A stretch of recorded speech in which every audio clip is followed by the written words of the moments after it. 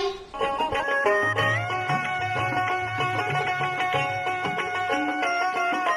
দোকানদার ভাই, তেলের দাম কত করে? 500 টাকা লিটার।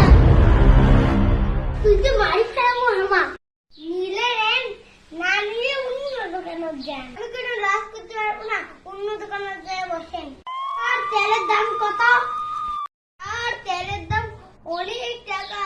তেল আমার যখন জেঠে তেল বানায়, ওঠে তেলে সরিষা নয়, তার জন্য খুব কষ্ট করে তেল বানিয়ে আমি এটা রাখে তো, এই জন্য সব তেলের দাম 500 টাকা।